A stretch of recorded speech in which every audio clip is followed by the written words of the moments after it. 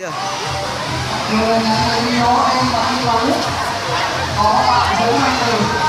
chả nó khó chua mà lo đã đây à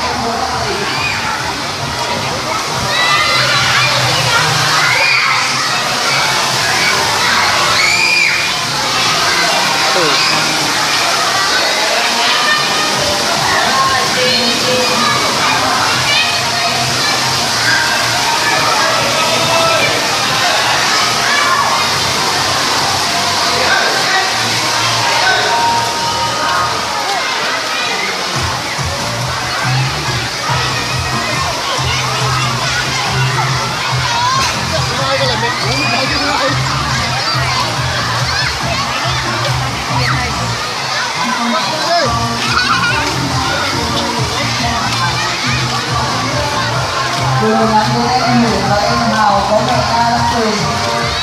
Đường ngắn với em Nguyễn và em Hào trở lại về vị trí cũ có mẹ A Đăng Quỳnh. Đường ngắn với em Nguyễn và em Hào về vị trí cũ có mẹ A Đăng Quỳnh.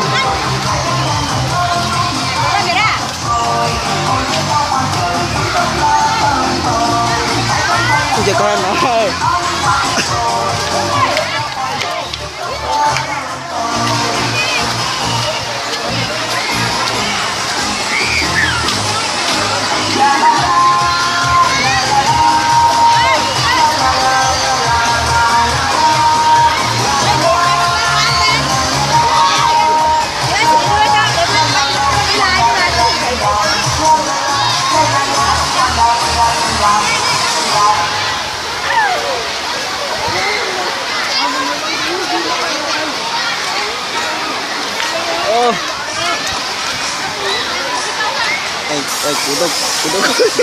cú đục chiều giờ nó chỉ cả là đấy nó trở nên ăn đục chiều giờ nó啥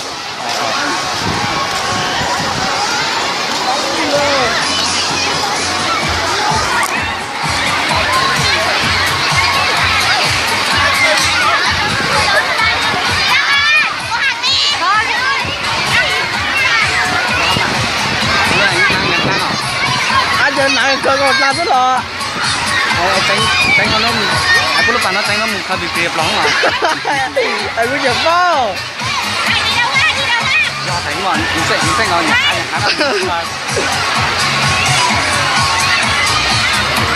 là giờ mong giờ chỉ tặng lên lo hả có nó tột quá nào đúng có ta coi lên gì nhỉ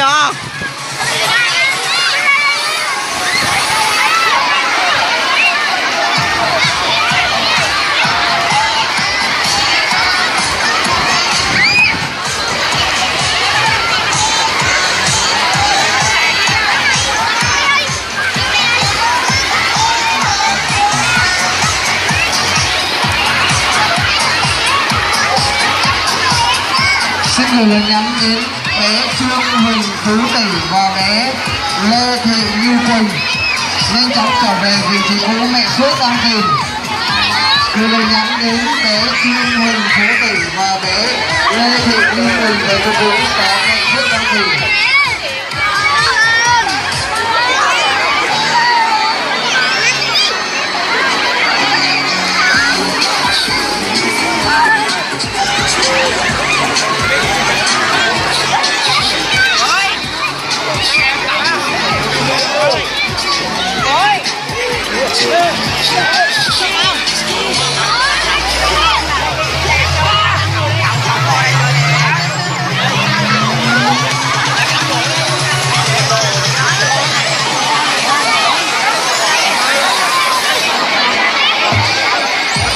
Xin hân hoan chào đón toàn thể quý vị thân yêu đã về vui chơi tại công viên nước Đắk Lắk. Thưa quý vị, nhằm đảm bảo an toàn, xin quý khách vui lòng không bơi khóa phao an toàn đã quy định và quý khách không hãy lưu ý đến độ sâu đã được ghi rõ trên thành bờ hồ và để đảm bảo an toàn cho các trẻ nhỏ, quý phụ huynh hãy luôn để mắt đến các trẻ nhỏ nhằm tránh trường hợp trẻ đi lạc. Xin được nhắc lại, quý phụ huynh hãy luôn để mắt đến các trẻ nhỏ nhằm tránh trường hợp bé đi lạc và hãy cho bé vui chơi ở khu vực hồ bơi của thiếu nhi với độ sâu thích hợp. Nếu bé vui chơi ở khu vực dành cho người lớn phải có phụ huynh đi kèm. Quý khách vui lòng tự bảo quản tư trang và tài sản cá nhân của mình nhằm tránh kẻ gian trà trộn móc túi. Ở phía trước cổng chúng tôi đã bố trí khu vực gửi đồ dành riêng cho quý khách. Vì vậy kính mong quý khách có những tài sản quan trọng chúng ta hãy gửi ở quầy.